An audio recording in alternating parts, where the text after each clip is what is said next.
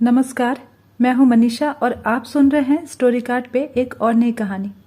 आज की कहानी का शीर्षक है शूद्रा, जो मुंशी प्रेमचंद जी के द्वारा लिखी गई है। बहुत अच्छी कहानी है। अगर आपको भी ये कहानी अच्छी लगे तो ज़रूर लाइक कीजिएगा और ऐसी ढेरों कहानियां सुनने के लिए हमारे चैनल को सब्सक्राइब भी कीजिए। तो शुरू करते हैं आज की कहानी शूद्रा। माँ और बेटी एक झोपड़ी में गांव के उस सिरे पर रहती थीं। बेटी बाग से पत्तियां बटोर लाती और माँ भाड़ झोंकती। यही उनकी जीविका थी। सेर दो सेर अनाज मिल जाता था, खाकर पड़ी रहती थी। माता विधवा थी और बेटी कुंवारी। घर में कोई और आदमी न था। माँ का नाम गंगा था और बेटी का गौरा। गंगा को कई साल से यह चिंता लगी हुई थी कि कहीं गौरा की सगाई हो जाए, लेकिन कहीं बात पक्की नहीं होती थी। अपने पति के मर जाने के बाद गंगा ने कोई दूसरा घर नहीं किया था, न कोई दूसरा धंधा ही करती थी। इससे लोगों को संदेह हो गया था कि आखिर इसका गुजर होता कैसे है। और लोग तो छाती फाड़ फाड़ कर काम करते हैं, फिर भी पेट भर अन्न मयस्सर नहीं होता। यह स्त्री कोई धंधा नहीं करती, फिर भी माँ बेटी बड़े आराम से रहती हैं, किसी के सामने हाथ नहीं फैलाती। इसमें कुछ न कुछ रहस्य अवश्य है। और धीरे धीरे यह संदेह और भी दृढ़ हो गया और अब तक जीवित था। बिरादरी में कोई गौरा से सगाई करने पर राजी न होता था। शूद्रों की बिरादरी बहुत छोटी होती है, 10-5 कोस से अधिक उसका क्षेत्र नहीं होता। इसलिए एक दूसरे के गुण दोष किसी से छिपे नहीं रहते, उन पर पर्दा ही डाला जा सकता है। इस भ्रांति को शांत करने के लिए माँ ने बेटी के साथ कई तीर्थ यात्राएं की। उड़ीसा तक हो आई, लेकिन संदेह न मिटा। गौरा युवती थी, सुंदरी थी, पर उसे किसी ने कुएं पर या खेतों में हंसते बोलते नहीं देखा। उसकी निगाह कभी ऊपर उठती ही नहीं थी। लेकिन ये बातें भी संदेह को और भी पुष्ट करती थीं। अवश्य कोई न कोई रहस्य है। कोई युवती इतनी सती नहीं हो सकती। कुछ गुपचुप की बात अवश्य है। यूं ही दिन गुजरते जाते थे। बुढ़िया दिनों दिन चिंता से घुल रही थी। उधर सुंदरी की मुख छवि दिनों दिन निखरती जाती थी, कली खिलकर फूल हो रही थी। एक दिन एक परदेशी गांव से होकर निकला। 10-12 कोस से आ रहा था। नौकरी की खोज में कलकत्ता जा रहा था। रात हो गई। किसी कहार का घर पूछता हुआ गंगा के घर आया। गंगा ने उसका खूब आदर सत्कार किया। उसके लिए गेहूं का आटा लाई, घर से बर्तन निकाल कर दिए। कहार ने पकाया, खाया, लेटा और बातें होने लगी। सगाई की चर्चा छिड़ गई। कहार जवान था। गौरा पर निगाह पड़ी। उसका रंग ढंग देखा। उसकी सजल छवि आंखों में खूब गई। सगाई करने पर राजी हो गया। लौटकर घर चला गया। 2-4 गहने अपनी बहन के यहाँ से ले आया और गांव के बजाज ने कपड़े उधार दे दिए। 2-4 भाई बंदों के साथ सगाई करने जा पहुंचा। सगाई हो गई और यहीं रहने लगा। गंगा बेटी और दामाद को आंखों से दूर न कर सकती थी। परंतु 10 ही 5 दिनों में मंगरू के कानों में इधर उधर की बातें पड़ने लगी। सिर्फ बिरादरी के ही नहीं, बल्कि अन्य जाति वाले भी उनके कान भरने लगे। ये बातें सुन सुनकर मंगरू पछताता था कि नाहक यहाँ आ फंसा, पर गौरा को छोड़ने का ख्याल कर उसका दिल कांप उठता था। 1 महीने के बाद मंगरू अपनी बहन के गहने लौटाने गया। खाने के समय उसका बहनोई उसके साथ भोजन करने न बैठा। मंगरू को कुछ संदेह हुआ। बहनोई से बोला, तुम क्यों नहीं आते? बहनोई ने कहा, तुम खा लो, मैं फिर खा लूंगा। मंगरू ने पूछा कि बात क्या है, तुम खाते क्यों नहीं? बहनोई ने कहा, जब तक पंचायत न होगी मैं तुम्हारे साथ कैसे खा सकता हूँ? तुम्हारे लिए बिरादरी भी नहीं छोड़ दूंगा मैं। किसी से पूछा न गाछा, जाकर एक हरजाई से शादी कर ली। मंगरू चौके पर उठाया, मिर्जई पहनी और ससुराल चला आया। बहन खड़ी रोती रह गई। उसी रात को वह किसी से बिना कुछ कहे सुने बगैर गौरा को छोड़कर कहीं चला गया। गौरा नींद में मगन थी। उसे क्या खबर थी कि वह रत्न जो मैंने इतनी तपस्या के बाद पाया है, मुझे सदा के लिए छोड़े चला जा रहा है। कई साल बीत गए। मंगरू का कुछ पता न चला। कोई पत्र तक न आया। पर गौरा बहुत प्रसन्न थी। वह मांग में सिंदूर डालती, रंग बिरंग के कपड़े पहनती और अधरों पर मिस्सी के घड़े जमाती। मंगरू भजनों की एक पुरानी किताब छोड़ गया था। उसे कभी कभी पढ़ती और गाती। मंगरू ने उसे हिंदी सिखा दी थी। टटोल टटोल कर भजन पढ़ लेती थी। पहले वह अकेली बैठी रहती। गांव की और स्त्रियों के साथ बोलते चालते उसे शर्म आती थी। उसके पास वह वस्तु न थी जिस पर दूसरी स्त्रियां गर्व करती थीं। सभी अपने अपने पति की चर्चा किया करती। गौरा का पति कहाँ था? वह किसकी बातें करती? अब उसके भी पति था, इसीलिए अब वह अन्य स्त्रियों के साथ इस विषय पर बातचीत करने की अधिकारिणी थी। वह भी मंगरू की चर्चा करती। मंगरू कितना स्नेहशील है, कितना सज्जन, कितना वीर है। पति चर्चा से उसे कभी तृप्ति ही नहीं होती थी। स्त्रियों ने कहा, मंगरू तुम्हें छोड़कर क्यों चले गए? गौरा कहती, क्या करते, मर्द कभी ससुराल में पड़ा रहता है। देश परदेश में निकलकर 4 पैसे कमाना ही तो मर्दों का काम है, नहीं तो मान मर्यादा का निर्वाह कैसे हो। जब कोई पूछता, चिट्ठी पत्री क्यों नहीं भेजते, तो हंसकर कहती, अपना पता ठिकाने बताने में डरते हैं, जानते हैं ना कि गौरा आकर सिर पर सवार हो जाएगी। सच कहती हूँ, उनका पता ठिकाना मालूम हो जाए तो यहाँ मुझसे एक भी दिन रहा ना जाए। वह बहुत अच्छा करते हैं कि मेरे पास चिट्ठी पत्री नहीं भेजते। बेचारे परदेश में कहाँ घर गृहस्थी संभालते फिरेंगे। एक दिन किसी सहेली ने कहा, हम नहीं मानते, तुझसे जरूर मंगरू ने झगड़ा किया है, नहीं तो बिना कुछ कहे सुने क्यों चले जाते। गौरा ने हंसकर कहा, बहन, अपने देवता से भी कोई झगड़ा करता है भला? वह मेरे मालिक हैं, भला मैं उनसे झगड़ा क्यों करूंगी? जिस दिन झगड़े की नौबत आएगी कहीं डूब मरूंगी। मुझसे कहकर जाने नहीं पाते, मैं उनके पैरों से लिपट न जाती। एक दिन कलकत्ता से एक आदमी आकर गंगा के घर ठहरा। पासी के किसी गांव में अपना घर बताया। कलकत्ता में वह मंगरू के पड़ोस में ही रहता था। मंगरू ने उससे गौरा को अपने साथ लाने को कहा था। 2 साड़ियां और राह खर्च के लिए रुपए भेजे थे। गौरा फूली ना समाई, बूढ़े ब्राह्मण के साथ चलने को तैयार हो गई। चलते वक्त वह गांव की सब औरतों से गले मिली। गंगा उसे स्टेशन तक पहुंचाने गई। सब कहते थे, बेचारी लड़की के भाग जग गए, नहीं तो यहाँ कुड़ कर मर जाती। रास्ते भर गौरा सोचती, न जाने वह कैसे हो गए होंगे, अब तो मूछें निकल आई होंगी। परदेश में आदमी सुख से रहता है, देह भर गई होगी, बाबू साहब हो गए होंगे। मैं तो पहले 2-3 दिन उनसे बोलूंगी ही नहीं, फिर पूछूंगी, तुम मुझे छोड़कर क्यों चले गए? अगर किसी ने मेरे बारे में कुछ भला बुरा कहा भी था तो तुमने विश्वास क्यों किया उसका? तुम अपनी आंखों से न देखकर दूसरों के कहने पर क्यों गए? मैं भली हूं या बुरी हूं तो तुम्हारी। तुमने तो मुझे इतने दिनों तक रुलाया। तुम्हारे बारे में अगर इसी तरह कोई मुझसे बातें कहता तो क्या मैं तुमको छोड़ देती? जब तुमने मेरी बाह पकड़ ली तो तुम मेरे हो गए। फिर मुझ में लाख ऐब हो मेरी बला से। चाहे तुम तुर्की क्यों न चले जाए, मैं तुम्हें छोड़कर नहीं जा सकती। तुम मुझे क्यों छोड़कर भागे? क्या समझते थे भागना सहज है? आखिर झक मारकर बुलाया कि नहीं? कैसे न बुलाते? मैंने तो तुम्हारे ऊपर दया की कि चली आई, नहीं तो कह देती कि मैं ऐसे निर्दयी आदमी के पास नहीं जाती, तो आप ही दौड़े चले आते। तप करने से देवता भी मिल जाते हैं, आकर सामने खड़े हो जाते हैं। तुम कैसे ना आते? वह धरती बार बार उद्विग्न होकर बूढ़े ब्राह्मण से पूछती, अब कितनी दूर है? धरती के छोर पर रहते हैं क्या? और भी कितनी ही बातें वह पूछना चाहती थी, लेकिन संकोचवश वह कुछ भी नहीं पूछ सकती थी। मन ही मन अनुमान करके अपने आप को संतुष्ट कर लेती थी। उसका मकान बड़ा सा होगा, शहर के लोग पक्के घरों में रहते हैं। जब उनका साहब इतना मानता है तो नौकर भी होगा। मैं नौकर को भगा दूंगी। मैं दिन भर पड़े पड़े क्या किया करूंगी? बीच बीच में उसे घर की याद भी आ जाती थी। बेचारी अम्मा रोती होंगी, अब उन्हें घर का सारा काम आप ही तो करना पड़ेगा। न जाने बकरियों को चराने ले जाती हैं या नहीं। बेचारी दिन भर में पता नहीं क्या क्या करती होंगी। मैं अपनी बकरियों के लिए महीने महीने रुपए भेजूंगी।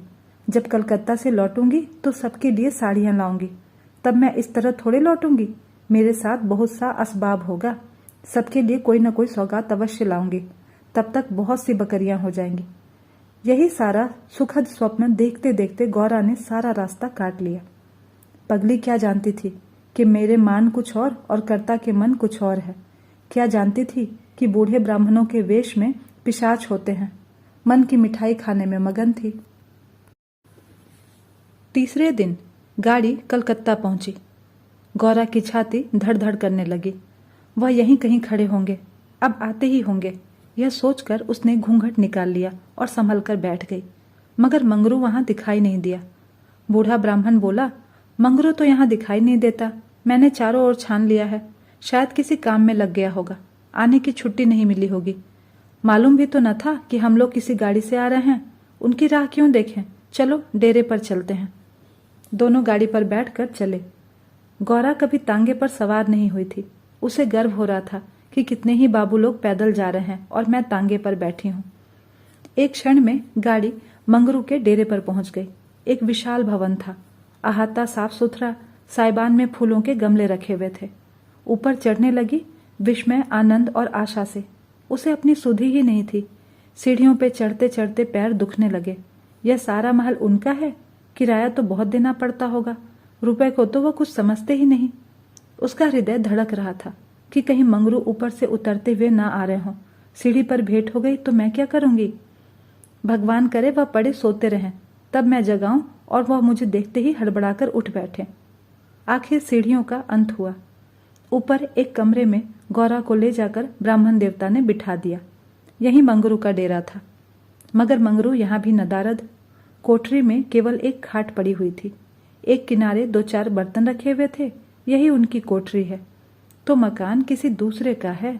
उन्होंने यह कोठरी किराए पर ली होगी। मालूम होता है रात को बाजार से पूरियां खाकर सो रहे होंगे। यही उनके सोने की खाट है। एक किनारे घड़ा रखा हुआ था। गौरा को मारे प्यास के तालू सूख रहा था। घड़े से पानी उड़ेलकर पिया। एक किनारे पर एक झाड़ू रखी थी। गौरा रास्ते की थकी थी, पर प्रेमोल्लास में थकान कहाँ। उसने कोठरी में झाड़ू लगाया, बर्तनों को धो धोकर एक जगह पर रखा और कोठरी की एक एक वस्तु, यहां तक कि उसकी फर्श और दीवारों में उसे आत्मीयता की झलक दिखाई देती थी। उस घर में भी, जहां उसे अपने जीवन के 25 वर्ष काटे थे, उसे अधिकार का ऐसा गौरवयुक्त आनंद प्राप्त नहीं हुआ था। मगर उस कोठरी में बैठे बैठे उसे संध्या हो गई और मंगरू का कहीं अता पता नहीं चला। अब छुट्टी मिली होगी। सांझ को सब जगह छुट्टी होती है। अब वह आ रहे होंगे। मगर बूढ़े बाबा ने तो उनसे कह दिया होगा। वह क्या अपने बड़े साहब से थोड़ी देर छुट्टी लेकर आ नहीं सकते थे? कोई बात होगी तभी तो नहीं आए। अंधेरा हो गया। कोठरी में दीपक भी नहीं था। गौरा द्वार पर खड़ी पति की बाट देख रही थी। जीने पर बहुत से आदमियों के चढ़ने उतरने की आहट मिलती थी। बार बार गौरा को मालूम होता था कि वह आ रहे हैं, पर इधर कोई नहीं आता। 9 बजे बूढ़े बाबा आए। गौरी ने समझा मंगरू है। झटपट कोठरी से बाहर निकल आई। देखा तो ब्राह्मण। बोली, वह कहाँ रह गए? बूढ़ा ने कहा, उनकी तो यहाँ से बदली हो गई है। दफ्तर में गया था तो मालूम हुआ कि वह अपने बाबू साहब के साथ यहाँ से कोई 8 दिन की राह पर चले गए हैं। उन्होंने साहब से बहुत हाथ पैर जोड़े कि मुझे 10 दिन की मोहलत दे दीजिए, लेकिन साहब ने एक भी बात नहीं मानी। मंगरू यहाँ के लोगों से कह गए हैं कि घर के लोग आए तो मेरे पास भेज देना। अपना पता दे गए हैं। कल मैं तुम्हें यहाँ से जहाज पर बिठा दूंगा। उस जहाज पर हमारे देश के और भी बहुत से लोग होंगे, इसीलिए मार्ग में कोई कष्ट नहीं होगा। गौरा ने पूछा, कै दिन में जहाज पहुंचेगा? बूढ़े ने कहा, 8-10 दिन से कम नहीं लगेंगे, मगर घबराने की कोई बात नहीं। तुम्हें किसी बात की तकलीफ न होगी। अब तक गौरा को अपने गांव लौटने की आशा नहीं थी। कभी कभी वह अपने पति को अपने पति को वहां अवश्य खींच ले जाएगी। लेकिन जहाज पर बिठाकर उसे ऐसा मालूम हुआ कि अब फिर माता को नहीं देख पाऊंगी। फिर मेरे गांव के दर्शन न होंगे। देश से सदा के लिए नाता टूट रहा है। देर तक घाट पर खड़ी रोती रही। जहाज और समुद्र देखकर उसे भय हो रहा था। हृदय दहल जाता था। शाम को जहाज खुला। उस समय गौरा का हृदय एक अक्षय भय से चंचल हो उठा। थोड़ी देर के लिए नैराश्य ने उस पर अपना आतंक जमा लिया। न जाने किस देश को जा रही हूं, उनसे भेंट होगी भी या नहीं, उन्हें कहाँ खोजती फिरूंगी, कोई पता ठिकाना भी तो नहीं मालूम। बार बार पछताती थी कि एक दिन पहले क्यों नहीं चली आई। कलकत्ता में ही भेंट हो जाती तो मैं उन्हें कभी जाने ही नहीं देती। जहाज पर और न जाने कितने ही मुसाफिर थे। कुछ स्त्रियां भी थीं। उनमें बराबर गाली गलौज होती रहती थी। इसीलिए गौरा को उनसे बात करने की इच्छा नहीं होती थी। केवल एक स्त्री उदास सी दिखाई देती थी। गौरा ने उससे पूछा कि तुम कहाँ जाती हो बहन? उस स्त्री की आंखें बड़ी सजल हो गईं। बोली, कहाँ बताऊं बहन कि कहाँ जा रही हूँ। जहां भाग्य लिए जाता है वहीं जा रही हूँ। तुम कहाँ जाती हो? गौरा ने कहा, मैं तो अपने मालिक के पास जा रही हूँ। जहां यह जहाज रुकेगा वह वहीं पे नौकर हैं। मैं कल ही आ जाती तो उनसे कलकत्ते में भेंट हो जाती। आने में थोड़ी देर हो गई। क्या जानती थी कि वह इतनी दूर चले जाएंगे। नहीं तो क्यों देर करती। स्त्री ने कहा, अरे बहन, कहीं तुम्हें भी तो कोई बहकाकर नहीं लाया है? तुम घर से किसके साथ आई हो? गौरा, मेरे आदमी ने कलकत्ता से आदमी भेजकर मुझे बुलाया था। वह आदमी क्या तुम्हारी जान पहचान का था? नहीं, उस तरफ का एक बूढ़ा ब्राह्मण था। वही लंबा सा दुबला पतला लकलक बूढ़ा जिसकी एक आंख में फूली पड़ी हुई है? हाँ हाँ, वही। क्या तुम उसे जानती हो? उसी दुष्ट ने तो मेरा भी सर्वनाश किया। ईश्वर करे उसकी सातों पुश्तें नरक भोगे, वह निर्वंश हो जाए, कोई पानी देने वाला भी ना रहे उसे, कोढ़ी होकर मरे। मैं अपना वृत्तांत बताऊंगी तो तुम समझोगी कि झूठ है, किसी को विश्वास नहीं आएगा। क्या कहूं, बस यही समझ लो कि उसके कारण मैं तो न घर की रही और न घाट की, किसी को अपना मुंह नहीं दिखा सकती। मगर जान तो बड़ी प्यारी होती है ना। मिरिज के देश जा रही हूं, वही मेहनत मजदूरी करके जीवन के दिन काटूंगी। गौरा के प्राण नखों में समा गए। मालूम हुआ जहाज अथाह जल में डूबा जा रहा है। समझ गई, बूढ़े ब्राह्मण ने दगा की है। अपने गांव में सुना करती थी कि गरीब लोग मिरिच में भर्ती होने के लिए जाया करते हैं, मगर जो वहां जाता है वह फिर कभी लौट कर नहीं आता। हे भगवान, तुमने मुझे किस पाप का यह दंड दिया है? बोली, यह सब क्यों लोगों को इस तरह छल कर कर मिरिच भेजते हैं? स्त्री, रुपए के लोभ में, और किस लिए? सुनती हूँ आदमी पीछे इन सभी को कुछ रुपए मिलते हैं। गौरा, मजूरी। गौरा सोचने लगी कि अब क्या करूं। यह आशा नौका जिस पर बैठी हुई वह चली जा रही थी, टूट गई थी और अब समुद्र की लहरों के सिवा उसकी रक्षा करने वाला कोई नहीं था। जिस आधार पर उसने अपना जीवन भवन बनाया था वह जलमग्न हो गया। अब उसके लिए जल के सिवा और कहाँ आश्रय है? उसकी अपनी माता की, अपने घर की, अपने गांव की, सहेलियों की याद आती और ऐसी घोर मर्म वेदना होने लगी मानो कोई सर्प अंतस्तल में बैठा हुआ बार बार डस रहा हो। हे भगवान, अगर मुझे यही यातना देनी थी तो तुमने मुझे जन्म ही क्यों दिया था? तुम्हें दुखिया पर दया नहीं आती? जो पिसे हुए हैं उन्हीं को पीसते हो। करुण स्वर में बोली, तो अब क्या करना होगा बहन? स्त्री, यह तो वहां पहुंचकर ही मालूम होगा। अगर मजदूरी ही करनी पड़ेगी तो कोई बात नहीं, लेकिन अगर किसी ने कुदृष्टि से देखा तो मैंने निश्चय कर लिया है कि या तो उसी के प्राण ले लूंगी या अपने प्राण दे दूंगी। यह कहते कहते उसे अपना वृत्तांत सुनाने की उत्कट इच्छा हुई, जो दुखियों को प्रायः हुआ करती है। बोली, मैं बड़े घर की बेटी और उससे भी बड़े घर की बहू हूं, पर अभागिनी। विवाह के तीसरे ही साल पति देव का देहांत हो गया। चित्त की कुछ ऐसी दशा हो गई कि नित्य मालूम होता कि वह मुझे बुला रहे हैं। पहले तो आंख झपकते ही उनकी मूर्ति सामने आ जाती थी, लेकिन फिर तो यह दशा हो गई कि जागृत दशा में भी रह रहकर उनके दर्शन होने लगे। बस यही जान पड़ता था कि वह साक्षात खड़े बुला रहे हैं। किसी से शर्म के मारे कुछ नहीं कहती थी, पर मन में यह शंका होती थी कि जब उनका देहावसान हो गया है तो वह मुझे दिखाई कैसे देते हैं। मैं इसे भ्रांति समझकर चित्त को शांत नहीं कर सकती थी। मन कहता था कि जो वस्तु प्रत्यक्ष दिखाई देती है वह मिल क्यों नहीं सकती? केवल वह ज्ञान चाहिए। साधु महात्माओं के सिवा ज्ञान और कौन दे सकता है? मेरा तो अब भी विश्वास है कि अभी ऐसी क्रियाएं हैं जिनसे हम मरे हुए प्राणियों से बातचीत कर सकते हैं, उनको स्थूल रूप में देख सकते हैं। महात्माओं की खोज में रहने लगी। मेरे यहाँ अक्सर साधु संत आते थे। उनसे एकांत में इस विषय में बातें किया करती थी, पर वे लोग सदुपदेश देकर मुझे टाल जाते थे। मुझे सदुपदेशों की जरूरत नहीं थी। मैं वैधव्य धर्म खूब जानती थी। मैं तो वह ज्ञान चाहती थी कि जीवन और मरण के बीच का पर्दा उठ जाए। 3 साल तक मैं इसी खेल में लगी रही। 2 महीने होते हैं कि वही बूढ़ा ब्राह्मण सन्यासी बना हुआ मेरे यहाँ जा पहुंचा। मैंने उससे वही भिक्षा मांगी। इस धूर्त ने कुछ ऐसा माया जाल फैलाया कि आंखें रहते हुए भी मैं इसमें फंस गई। अब सोचती हूँ तो अपने ऊपर आश्चर्य होता है कि मुझे उसकी बातों पर इतना विश्वास क्यों आया। मैं पति दर्शन के लिए सब कुछ झेलने को, सब कुछ करने को तैयार थी। इसने रात को मुझे अपने पास बुलाया। मैं घर वालों से पड़ोसिन के घर जाने का बहाना करके इसके पास चली गई। एक पीपल से इसकी धुईं जल रही थी।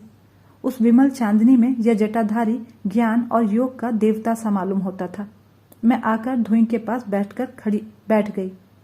उस समय यही बाबा जी मुझे यदि आग में कूदने की आज्ञा देते तो मैं तुरंत कूद पड़ती। इसने मुझे बड़े प्रेम से बिठाया और मेरे सिर पर हाथ रखकर ना जाने क्या किया कि मैं बेसुध हो गई। फिर मुझे कुछ भी नहीं मालूम कि मैं कहाँ गई, क्या हुआ। जब मुझे होश आया तो मैं रेल पर सवार थी। जी में आया कि चिल्लाऊं, पर यह सोचकर कि अब गाड़ी रुक भी गई और मैं उतर भी पड़ी तो घर में घुसने नहीं पाऊंगी, मैं चुपचाप बैठी रह गई। मैं परमात्मा की दृष्टि में निर्दोष थी, पर संसार की दृष्टि में कलंकित हो चुकी थी। रात को किसी युवती का घर से निकल जाना कलंकित करने के लिए काफी था। जब मुझे मालूम हुआ कि सब मुझे टापू पर भेज रहे हैं तो मैंने जरा भी आपत्ति नहीं की। मेरे लिए तो अब सारा संसार एक सा ही है। जिसका संसार में कोई न हो उसके लिए देश परदेश दोनों बराबर हैं। हाँ, यह पक्का निश्चय कर चुकी हूँ कि मरते दम तक अपने सत की रक्षा करूंगी। विधि के हाथ में मृत्यु से बढ़कर कोई यातना नहीं। विधवा के लिए मृत्यु का क्या भय, उसका तो जीना और मरना दोनों ही बराबर है, बल्कि मर जाने से तो जीवन की विपत्तियों का ही अंत हो जाएगा। गौरा ने सोचा, इस स्त्री में कितना धैर्य और साहस है, फिर मैं क्यों इतनी कातर और निराश हो रही हूं? जब जीवन की अभिलाषाओं का अंत हो गया तो जीवन के अंत का क्या डर? बोली, बहन, हम और तुम एक ही जगह रहेंगी, मुझे तो अब तुम्हारा ही भरोसा है। स्त्री ने कहा, भगवान का भरोसा रखो और मरने से मत डरो। सघन अंधकार छाया हुआ था। ऊपर काला आकाश था, नीचे काला जल। गौरा आकाश की ओर ताक रही थी, उसकी संगिनी जल की ओर। उसके सामने आकाश के कुसुम थे, इसके चारों ओर अनंत, अखंड, अपार अंधकार था। जहाज से उतरते ही एक आदमी ने यात्रियों के नाम लिखने शुरू किए। इसका पहनावा तो अंग्रेजी था, पर बातचीत से हिंदुस्तानी मालूम होता था। गौरा सिर झुकाए अपनी संगिनी के पीछे खड़ी थी। उस आदमी की आवाज सुनकर वह चौंक पड़ी। उसने दबी आंखों से उसकी ओर देखा। उसके समस्त शरीर में सनसनी दौड़ गई। क्या स्वप्न तो नहीं देख रही हूं? आंखों पर विश्वास नहीं आया। फिर उस पर निगाह डाली। उसकी छाती वेग से धड़कने लगी, पैर थर थर कांपने लगे। ऐसा मालूम होने लगा मानो चारों ओर जल ही जल है और उसमें से वह बही जा रही है। उसने अपनी संगिनी का हाथ कसकर पकड़ लिया, नहीं तो जमीन पर ही गिर पड़ती। उसके सम्मुख वही पुरुष खड़ा था जो उसका प्राणधार था और जिससे इस जीवन में भेंट होने की उसे लेश मात्र भी आशा न थी। यह मंगरू था, इसमें जरा भी संदेह न था। हाँ, उसकी सूरत बदल गई थी। यौवन काल का वह कांतिमय साहस, सदैव छवि नाम को भी न थी। बाल खिचड़ी हो गए थे, गाल पिचके हुए, लाल आंखों से कुवासना और कठोरता झलक रही थी, पर था वह मंगरू। गौरा के जी में प्रबल इच्छा हुई कि स्वामी के पैरों से लिपट जाऊं। चिल्लाने का जी चाहा, पर संकोच ने मन को रोक लिया। बूढ़े ब्राह्मण ने बहुत ठीक कहा था। स्वामी ने अवश्य मुझे बुलाया था और आने से पहले यहाँ चले आए। उसने अपनी संगिनी के कान में कहा, बहन, तुम व्यर्थ ही उस ब्राह्मण को बुरा भला कह रही थी। यह वही हैं जो यात्रियों के नाम लिख रहे हैं। स्त्री ने कहा, सच? खूब पहचानती हो? हाँ, इसमें भी कोई संदेह हो सकता है? तब तो तुम्हारे भाग जग गए।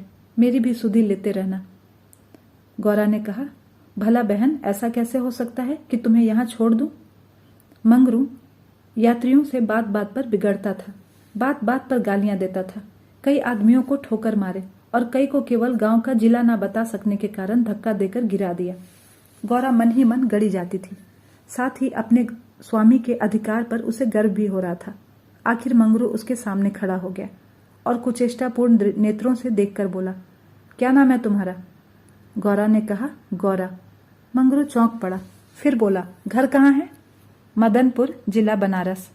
यह कहते कहते उसे हंसी आ गई। मंगरू ने अब उसकी ओर ध्यान से देखा, तब लपक कर उसका हाथ पकड़ लिया और बोला, गौरा, तुम यहाँ कहाँ? मुझे पहचानती हो? गौरा रो रही थी, मुंह से बात नहीं निकलती थी। मंगरू फिर बोला, तुम यहाँ कैसे आई? गौरा खड़ी हो गई, आंसू पोंछ डाले और मंगरू की ओर देखकर बोली, तुम्ही ने तो बुलावा भेजा था। मंगरू ने कहा, मैं तो 7 साल से यहाँ हूं। तुमने उस बूढ़े ब्राह्मण को मुझे लाने को नहीं कहा था? कह तो रहा हूं कि मैं 7 साल से यहाँ हूं, मरने पर ही यहाँ से जा पाऊंगा। भला मैं तुम्हें क्यों बुलाता? गौरा को मंगरू से इस निष्ठुरता की आशा नहीं थी। उसने सोचा, अगर यह सत्य भी हो कि इन्होंने मुझे नहीं बुलाया, तो भी मेरा मन रखने के लिए इन्हें कह देना चाहिए था। इस तरह मेरा अपमान तो नहीं करना चाहिए। क्या यह समझते हैं कि मैं इनकी रोटियों पर आई हूं? यह तो इतने ओछे स्वभाव के न थे। शायद दर्जा पाकर इन्हें मद हो गया है। नारी सुलभ अभिमान से गर्दन उठाकर उसने कहा, तुम्हारी इच्छा हो तो अब मैं यहाँ से लौट जाऊं। तुम्हारे ऊपर भार नहीं बनना चाहती। मंगरू कुछ लज्जित हो गया और बोला, अब तुम यहाँ से नहीं लौट सकती गौरा, यहाँ आकर कोई बिरले ही लौट पाता है। यह कहकर वह कुछ देर चिंता में मग्न खड़ा रहा, मानो संकट में पड़ा हुआ सोच रहा हो कि क्या करना चाहिए। उसकी कठोर मुखाकृति पर दीनता का रंग साफ झलक रहा था। तब कातर स्वर में बोला, जब आ ही गई हो तो रहो, जैसी कुछ पढ़ेगी देखी जाएगी। गौरा, जहाज फिर कब लौटेगा? तुम यहाँ से 5 बरस के पहले नहीं जा सकती गौरा। क्यों, कोई जबरदस्ती है? हाँ, यहाँ के लोगों का यही हुक्म है। तो फिर मैं मजूरी करके अपना पेट पालूंगी। मंगरू ने सजल नेत्रों से कहा, जब तक मैं जीता हूं तब तक तुम मुझसे अलग नहीं रह सकती। मैं तुम्हारे ऊपर भार बनकर नहीं रहूंगी। मंगरू ने कहा, मैं तुम्हें भार नहीं समझता गौरा, लेकिन यह जगह तुम जैसी देवियों के रहने लायक नहीं है। नहीं तो अब तक मैंने तुम्हें कब का बुला लिया होता।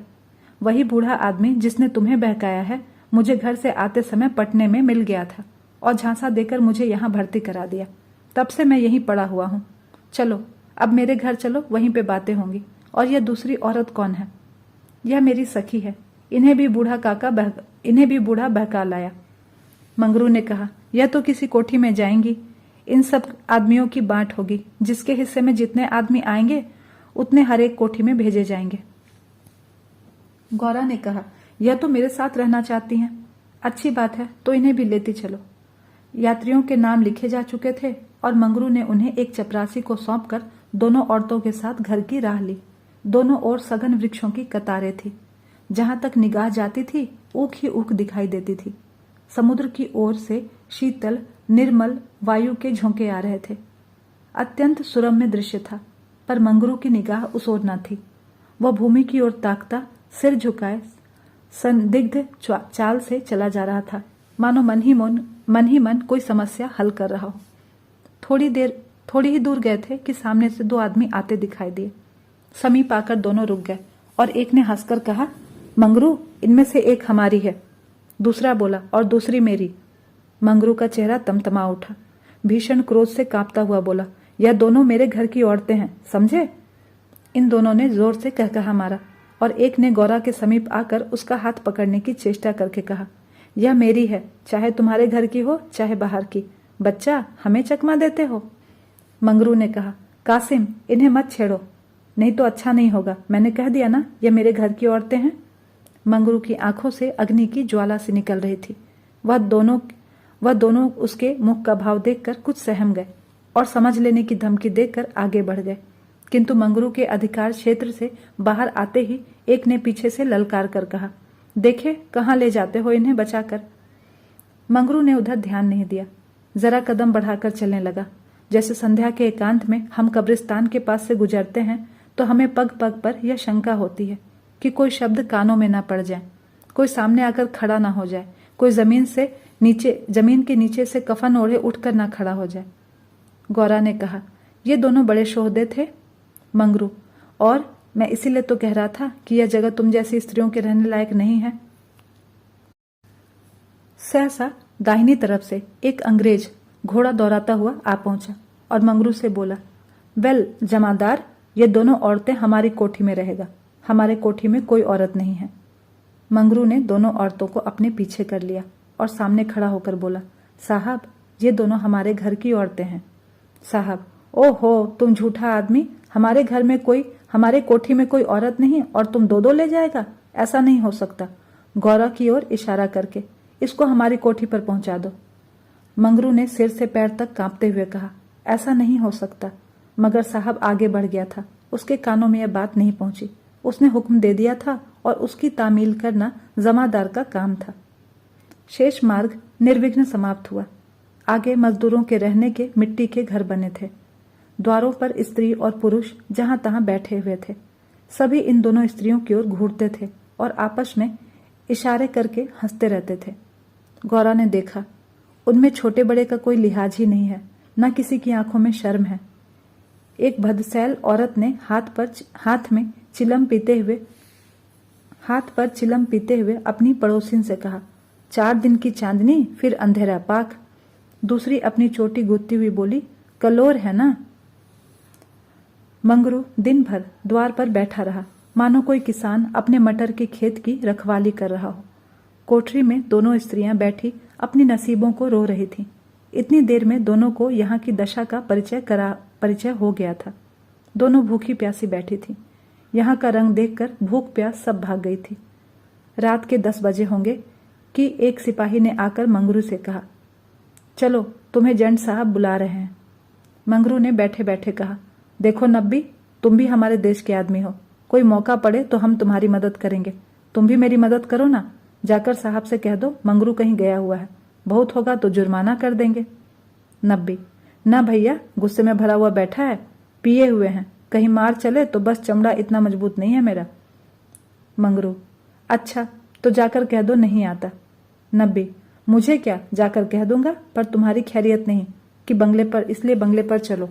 ये वही साहब थे जिनसे आज मंगरू की भेंट हुई थी। मंगरू जानता था कि साहब से बिगाड़ करके यहाँ एक क्षण भी निर्वाह नहीं हो सकता। जाकर साहब के सामने खड़ा हो गया। साहब ने दूर से ही डांटा, वो औरत कहाँ है? तुमने उसे अपने घर में रखा हुआ है? मंगरू, हुजूर, वह मेरी ब्याहता औरत है। साहब, अच्छा, वह दूसरा कौन है? वह मेरी सगी बहन है हुजूर। हम कुछ नहीं जानता, तुमको लाना पड़ेगा, दो में से कोई भी एक। मंगरू पैरों पर गिर पड़ा और रो रोकर अपनी सारी राम कहानी सुना गया, पर साहब जरा भी नहीं पसीजे। अंत में वह बोला, हुजूर, वह दूसरी औरत की तरह नहीं है, अगर यहाँ आ भी गई तो प्राण दे देगी। साहब ने हंसकर कहा, ओ, जान देना इतना आसान नहीं है। नब्बी, मंगरू, अपनी दांव रोते हो? जब तुम हमारे घर में घुसते थे तब कैसा लगता था? जब भी घात पाते थे जा पहुंचते थे, अब क्यों रोते हो? एजेंट, ओह, यह बदमाश है, अभी जाकर लाओ, नहीं तो हम तुमको हंटरों से पीटेगा। मंगरू, हुजूर, चाहे जितना पीट लें, पर मुझसे यह काम करने को ना कहें जो मैं जीते जी नहीं कर सकता। एजेंट ने कहा, हम 100 हंटर मारेगा। मंगरू, हुजूर 1000 हंटर मार लें, लेकिन मेरे घर की औरतों से ना बोलें। एजेंट उस समय नशे में चूर था। हंटर लेकर मंगरू पर पिल पड़ा और लगा सड़ासड़ जमाने। 10-12 कोड़े खाने के बाद 10-12 कोड़े मंगरू ने धैर्य के साथ सहे। फिर हाय हाय करने लगा। देह की खाल फट गई थी और मांस पर चाबुक पड़ता था, तो बहुत जब्त करने पर भी कंठ से आर्तध्वनि निकल आती थी। और अभी 100 में से कुछ 15 चाबुक ही पड़े थे। रात के 10 बज गए थे। चारों ओर सन्नाटा छाया हुआ था और उस नीरव अंधकार में मंगरू का करुण विलाप किसी पक्षी की भांति आकाश में मंडरा रहा था। वृक्षों के समूह भी हतबुद्धि से खड़े मौन रुदन की मूर्ति बने हुए थे। यह पाषाण हृदय लंपट विवेक शून्य जमादार इस समय एक अपरिचित स्त्री के सतीत्व की रक्षा करने के लिए अपने प्राण तक देने को तैयार था, केवल इस नाते कि यह उसकी पत्नी की संगिनी थी। वह समस्त संसार की नजरों में गिरना गंवारा कर सकता था, पर अपनी पत्नी की भक्ति पर अखंड राज्य करना चाहता था। इसमें अणुमात्र की भी कमी उसके लिए असह्य थी। उस अलौकिक भक्ति के सामने उसके जीवन का क्या मूल्य था? ब्राह्मणी तो जमीन पर ही सो गई थी, पर गौरा बैठी पति की बाट जोह रही थी। अभी तक उससे उसने कोई बात नहीं की थी। 7 वर्षों की विपत्ति कथा कहने और सुनने के लिए बहुत समय की जरूरत थी, और रात के सिवा वह समय कब मिल सकता था? उसे ब्राह्मणी पर कुछ क्रोध सा आ रहा था कि यह क्यों मेरे गले का हार बन गई, इसी के कारण तो वह घर में नहीं आ पा रहे हैं। यकायक वह किसी का रोना सुनकर चौंक पड़ी। भगवान, इतनी रात गए कौन दुख का मारा रो रहा है? अवश्य कहीं कोई मर गया है।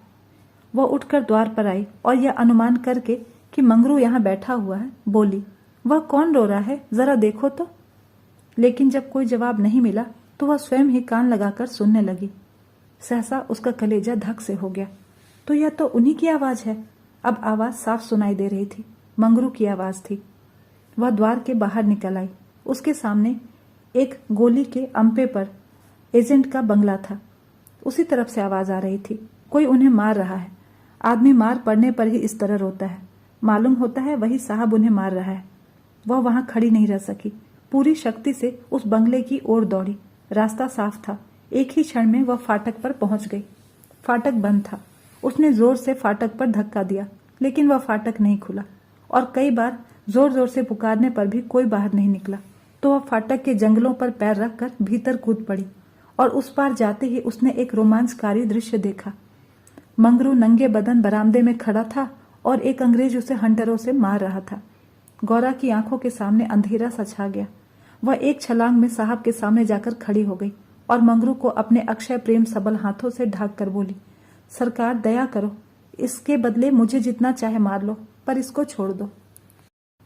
एजेंट ने हाथ रोक लिया और उन्मत्त की भांति गौरा की ओर कदम बढ़ाकर बोला, हम इसको छोड़ दें तो क्या तुम हमारे पास रहेगा? मंगरू के नथुने फड़कने लगे। यह पामर, नीच, अंग्रेज मेरी पत्नी से इस तरह की बातें कर रहा है। अब तक वह जिस अमूल्य रत्न की रक्षा के लिए इतनी यातनाएं सह रहा था, वही वस्तु साहब के हाथों में चली जा रही है। यह असह्य था। उसने चाहा कि लपक कर साहब की गर्दन पर चढ़ बैठूं। जो कुछ होना है हो जाए, यह अपमान सहने के बाद जीकर ही क्या करूंगा। लेकिन नब्बी ने उसे तुरंत पकड़ लिया और कई आदमियों को बुलाकर उसके हाथ पांव बांध दिए। मंगरू भूमि पर छटपटाने लगा। गौरा रोती हुई साहब के पैरों पर गिर पड़ी और बोली, हुजूर, इन्हें छोड़ दें, मुझ पर दया करें। एजेंट, तुम हमारे पास रहेगा? गौरा ने खून का घूंट पीकर कहा, हाँ रहूंगी। बाहर मंगरू बरामदे में पड़ा कराह रहा था। उसकी देह में सूजन थी और घाव में जलन। सारे अंग जकड़ गए थे। हिलने की भी शक्ति न थी। हवा घाव में शर के समान चुभती थी, लेकिन यह व्यथा वह सह नहीं सकता था। असह्य यह था कि साहब गौरा के साथ इस वक्त घर में विहार कर रहा है और मैं कुछ कर नहीं सकता। उसे अपनी पीड़ा भूल सी गई थी। बस कान लगाए सुन रहा था कि उनकी बातों की भनक कानों में पड़ जाए तो देखूं कि क्या बातें हो रही हैं। गौरा अवश्य चिल्लाकर भागेगी और साहब उसके पीछे भागेगा। अगर मुझसे उठा जाता तो उस वक्त बच्चा को खोद कर गाड़ ही देता। लेकिन बड़ी देर हो गई ना तो गौरा चिल्लाई और ना तो बंगले से निकलकर भागी। वह उस सजे सजाए कमरे में साहब के साथ बैठी सोच रही थी, क्या इसमें तनिक भी दया नहीं है? मंगरू का पीड़ा क्रंदन सुन सुनकर उसके हृदय के टुकड़े हुए जाते थे। क्या इसके अपने भाई बंदे, माँ बहन नहीं है? माता यहाँ होती तो क्या इतना अत्याचार इसे करने देती? मेरी अम्मा लड़कों पर कितना बिगड़ती थी कि जब वह किसी को पेड़ पर ढेले चलाते देखती थी। पेड़ में भी प्राण होते हैं। क्या इसकी माता इसे एक आदमी के प्राण लेते देखकर इसे मना नहीं करती? साहब शराब पी रहा था और गौरा गोश्त काटने का छुरा हाथ में लेकर खेल रही थी। सहसा गौरा की निगाह एक चित्र की ओर गई। उसमें एक माता बैठी हुई थी। गौरा ने पूछा, साहब यह किसकी तस्वीर है? साहब ने शराब का गिलास मेज पर रखकर कहा, ओ यह तो हमारे खुदा की माँ मरियम है। गौरा, बड़ी अच्छी तस्वीर है। क्यों साहब, तुम्हारी माँ भी जीती है ना? साहब, वह मर गया। जब हम यहाँ आया तो वह बीमार हो गया। हम उसको देख भी नहीं सका। साहब के मुखमंडल पर करुणा की झलक दिखाई दी। गौरा बोली, तब तो उन्हें बड़ा दुख हुआ होगा। तुम्हें तो अपनी माता का प्यार नहीं था। वह रो रो कर मर गई और तुम उसको देखने भी नहीं गए। तभी तो तुम्हारा दिल इतना कड़ा है। साहब, नहीं, हम तो अपनी माता को बहुत चाहता था। वैसी औरत दुनिया में नहीं होगी। हमारा बाप हमको बहुत छोटा सा छोड़कर मर गया था। माता ने कोयले की खान में मजदूरी करके हमको पाला। गौरा, तब तो वह देवी थी। इतनी गरीबी का दुख सह कर भी तुम्हें दूसरे पर तरस नहीं आता? क्या वह दया की देवी तुम्हारी बेदर्दी देखकर दुखी नहीं होती होंगी? उनकी कोई तस्वीर है तुम्हारे पास? साहब, ओ हमारे पास उनकी कई फोटो है। देखो, वह उन्हीं की तस्वीर है उस दीवार पर। गौरा ने समीप जाकर तस्वीर देखी और करुण स्वर में बोली, सचमुच देवी थी। जान पड़ता है दया की देवी हैं। वह तुम्हें कभी मारती थी कि नहीं? मैं तो जानती हूँ वह कभी किसी पर बिगड़ती नहीं होंगी। बिल्कुल दया की मूर्ति लग रही हैं। साहब, ओ ममा हमको कभी नहीं मारता था। वह बहुत गरीब था, पर अपने कमाई में से कुछ न कुछ खैरात जरूर करता था। किसी बेबाप के बच्चे को देखकर उसकी आंखों में आंसू भर जाता था। वह बहुत ही दयावान था।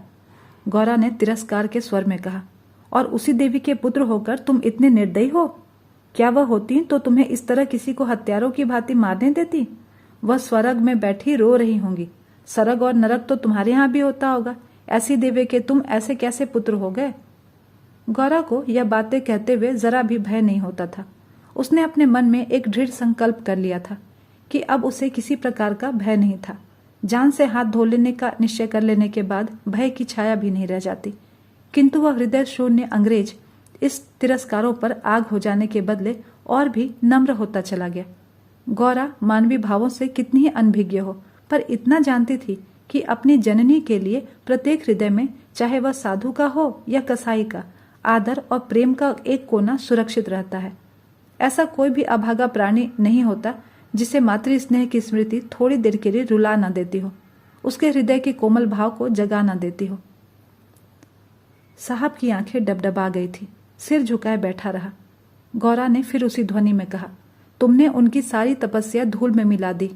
जिस देवी ने मर मर कर तुम्हारा पालन किया, उसी को मरने के पीछे इतना कष्ट दे रहे हो। क्या इसीलिए माता अपने पुत्र को अपना रक्त पिला पिला कर पालती है? अगर वह बोल सकती तो क्या चुप बैठी रहती, तुम्हारे हाथ पकड़नी लगती? मैं तो समझती हूं कि वह जीती होंगी तो इस वक्त विष खाकर मर जाती। साहब अब अपने आप को जब्त न कर सके। नशे में क्रोध की भांति ग्लानि का वेग सहज ही में उठ जाता है। दोनों हाथों से मुंह छिपाकर साहब ने रोना शुरू कर दिया और इतना रोया कि हिचकी बंद गई। माता के चित्र के सम्मुख जाकर कुछ देर तक खड़ा रहा, मानो माता से क्षमा मांग रहा हो। तब आकर आर्द्र कंठ से बोला, हमारे माता को अब कैसे शांति मिलेगा? हाय हाय, हमारे सबब से उसको स्वर्ग में भी सुख नहीं मिला। हम कितना अभागा है। गौरा, अभी जरा देर में तुम्हारा मन बदल जाएगा और फिर तुम दूसरों पर अत्याचार करने लगोगे। साहब, नहीं नहीं, अब हम मम्मा को कभी दुख नहीं करेगा। हम अभी मंगरू को अस्पताल भेजता है। रात को ही मंगरू अस्पताल पहुंचा दिया गया। एजेंट खुद उसको पहुंचाने आया। गौरा भी उसके साथ थी। मंगरू को ज्वर हो आया था, बेहोश पड़ा हुआ था। मंगरू ने 3 दिन के बाद आंखें खोली और गौरा 3 दिनों से उसके पास बैठी रही। एक क्षण के लिए भी वहां से नहीं हटी। एजेंट भी कई बार हालचाल पूछने आ जाता था और हर मर्तबा गौरा से क्षमा मांगता। 4 दिन के बाद मंगरू ने आंखें खोली तो देखा गौरा सामने बैठी हुई है। गौरा उसे आंखें खोलते देखकर पास आ खड़ी हुई और बोली, अब कैसा जी है? मंगरू ने कहा, तुम यहाँ कब आई? मैं तो तुम्हारे साथ ही यहाँ आई थी और तब से यही हूँ। साहब के बंगले में क्या जगह नहीं है तुम्हारे लिए? जब बंगले की चाह होती तो 7 समुंदर पार तुम्हारे पास क्यों आती? आकर कौन सा सुख दे दिया है? तुम्हें तो जब यही करना था तो मुझे मर ही क्यों नहीं जाने दिया? गौरा ने झुंझला कर कहा, तुम इस तरह की बातें मुझसे ना करो। ऐसी बातों से मेरी देह में आग लग जाती है। मंगरू ने मुंह फेर लिया, मानो उसे गौरा की बात पर विश्वास ही नहीं हुआ। दिन भर गौरा मंगरू के पास बेदाना पानी खड़ी रही।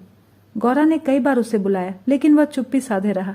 यह संदेह युक्त निरादर कोमल हृदय गौरा के लिए असह्य था।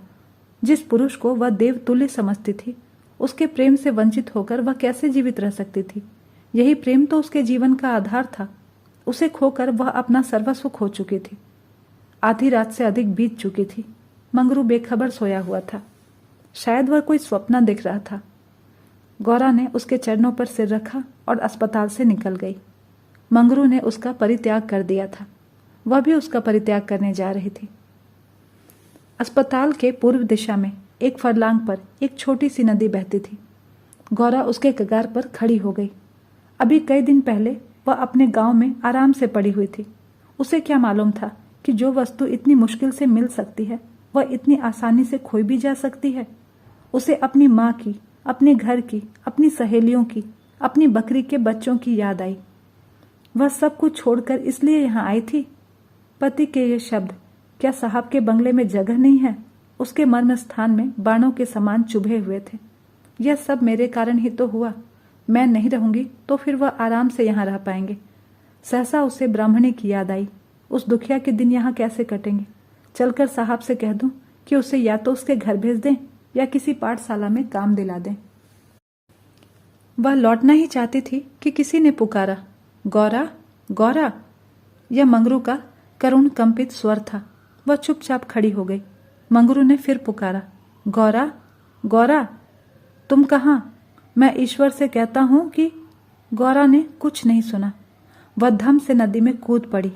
बिना अपने जीवन का अंत किए वह स्वामी की विपत्ति का अंत नहीं कर सकती थी।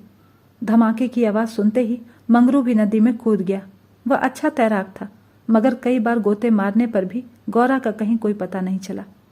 प्रातःकाल दोनों लाशें साथ साथ नदी में तैर रही थीं। जीवन यात्रा में उन्हें वह चिरसंग कभी नहीं मिला था। स्वर्ग यात्रा में दोनों साथ साथ चले जा रहे थे।